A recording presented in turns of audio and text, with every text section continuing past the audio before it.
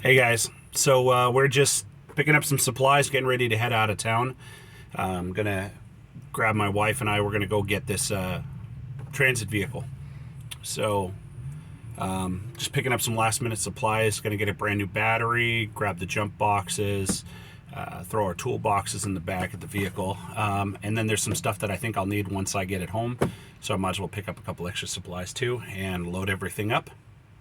And we're going to be heading out. So I'm going to do a fast forward of the trip, and then we'll get back to talking when we actually see it in person.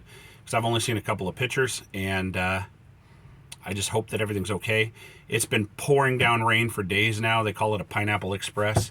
We have entire cities and counties flooding out, like entire highways. The overpasses to eastern Washington are shut down from mudslides. And like Centralia, Kent, and Auburn valleys are completely underwater. Sumas, Washington is like the whole first floor. We're talking 10, 12 feet of standing water in the whole town. So I just hope that this area is high enough that the vehicle didn't get flooded out just waiting for me to pick it up. That could be a big problem. All right, so keep you guys in the loop. Yep.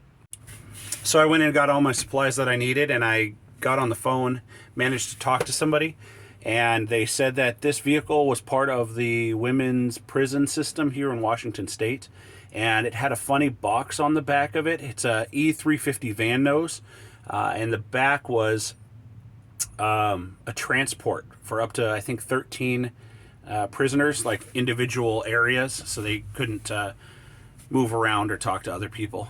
And it transported back and forth between eastern and western Washington. So it's got like 196,000 miles, but they're almost all freeway miles, which is good. The idle hours are very low on it. And I'm just hoping that everything will go well. So just trying to give you guys an update. If they do find any maintenance records or anything, they're going to pass it on to me. So it would be nice to know if there's any, like a new engine. Sometimes different departments in Washington State will, after 150,000 miles, will put a new engine in it. I've got a transit bus that I got from up north, and it had 450,000 miles, and it was on its third engine. So they do engine swaps and stuff to keep them going longer. But that was used like a city bus for picking up disabled, handicapped people as well as wheelchair-bound people. So yeah, it's going to be exciting. I'm really excited to go check this out, and I'm going to keep you guys updated, and it's going to be a good little adventure. Once we get it, then the fun really starts. We start working on it, fixing it up, and setting it up. I've got a pretty cool plan for the future. I think I'm going to build it into like a baby semi for doing like hot shots and long runs. So I couldn't find too many videos of that out there, so I think this will be a good video setup. So I'll keep you guys in touch. Be right back. So we're outside of the place waiting for them to process some paperwork and bring it out. I signed for everything, got it all paid. So I'm looking forward to seeing it. It'll be coming out of the gates right over here in a little bit. They're gonna fire it up and drive it out for me, and then I get to take possession. Yay! So I'll give you an update here in a second as soon as it comes out. It's pretty cool. They got a little Scion smart car, and they got some cop cars, some DOT vehicles. There's an airport tug. They got all kinds of cool things that come up for auction here. It's really neat. So in the line of all those vehicles is mine. I just gotta wait for them to fire it up and bring it out. Hopefully she runs good. See somebody out there with a jump pack.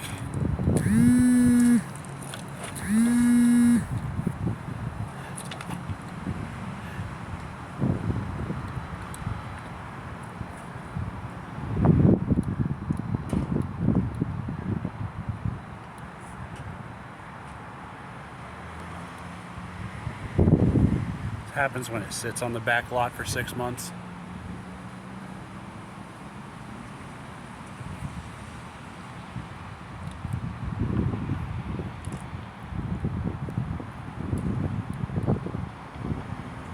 No, it's kind of nice. It's even got like the chrome bumper and the chrome grille option for a commercial truck. That's not bad. I believe these are supposed to have hubcaps, but they don't have it on the pictures on the website.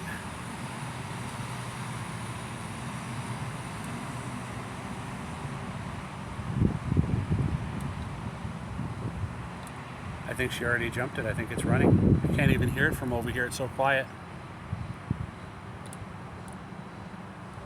That's a good sign. Real good sign.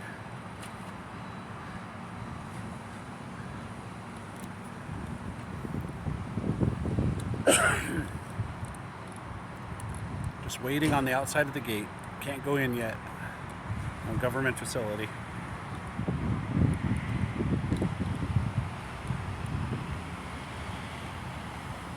Oh, it's moving. That's a real good sign. There it is. Oh man, I'm so excited. Got the chrome grille and the chrome bumpers. Runs and drives. It's so quiet.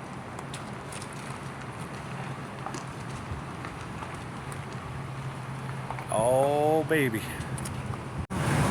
Well, there she is. Checked all the fluids. Everything's doing good. You can hear it idling. It's got a V10 in it. The wheels are a little rusty from the hubcaps that were on it, so we'll take care of that. And then it's got running boards that went to the original body on it for transport.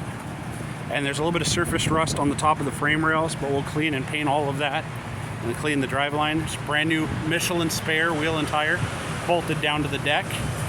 They even put mud flaps on it for me so I can get it home, and hooked up all the wiring lights.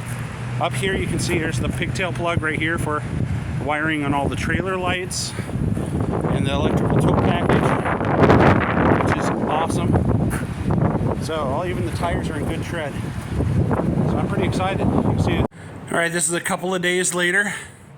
As you can see, there's a couple of rock chips on here. Now that she's dried up, I can see a little bit of rust and rock chips on the front. So I'm gonna have to sand those and repaint it, but I'm gonna wait till I put the sleeper cab from the semi-truck on the back of this thing. But pretty good truck. Pressure washed it. Sealed any of the rust that I found with a like self-edging rust sealer penetrator. Rust prevention from Rust-Oleum. And then painted it gloss black on the back. So that's why it's all shiny now. These mud flaps are just temporary. Plus it has a set of small lights here on the back. So we're going to be moving a bunch of that stuff. And first big thing is up here, we're going to put a semi-truck sleeper cab and bolt it all the way around and adjust the base pan so everything fits. It'll be about 63 inches. It'll stop in front of these tires, like probably right about here. As you can see, there's a second battery mounted box here on the side. That's a factory option. So it's running 2 batteries, 800 cranking amps, so 1600 cranking amps. And then back here over the rear axles, we're gonna put a drop-in gooseneck hitch with the removable ball. And then I've ordered new brackets for semi-trucks. They're stainless steel that hold the mud flaps. So those drill and bolt into the frame and stick out on both sides. Plus they'll have lights on them as well. They're gonna be, I think 6 lights. And then back here, we're gonna put in the factory Class 5 trailer hitch back here on the back. And all of the wiring, it taps right into here. You can see this loose wire hanging out. So that's the plug I need for the 4-pin and 6-pin electric trailer brakes. And then I noticed in the cab, if we move up to that again. All right, so in the cab, very simple design, but there is no electric trailer brakes. And I noticed up on the dash right above the stereo, there's a couple of cubby holes. One of them's to put change in, and right behind that, inside the dash, is the electric trailer brake controller harness. So I'm going to remove the little coin thing, and I've ordered a factory Ford one that drops right in there. So I can remove the coin thing and should be able to have an electric trailer brake. But besides that, it's a pretty good rig. I mean, purrs like a kitten. One of the batteries was bad, that's why we put a new one in. So the battery that was back here was still good. So I pulled it out and stuck it in the cab, and then just replaced it with a cheap Everstart in the back for the secondary battery. But yeah, it's in pretty good shape. I think right now we got 80% tread on all the tires on it. Those are Goodyear tires. And then right here on the ground in front, I'm kissing it, but right there is a full spare with brand new Michelin tires and powder coated rim and everything that came off of the bed. But yeah, it needs a good cleaning. I'm gonna wait to detail up the white, and I'm gonna do a bunch of touch up and polish the aluminum running boards and take all the rims off, probably have them repowder coated, and maybe put a different, more aggressive tread on the whole thing. But those are coming up, so keep following us. So the next step is probably going to be our road trip to Oregon and back to pick up the sleeper cab. It's black, so we're going to have to end up repainting it after we get everything fit and sized and bolted on and adjusted. We'll fab all that up, bolt it up, and then we'll prep the whole thing for paint and repaint the whole thing white, because I like white, and then I don't have to paint the door jambs or anything. But nice.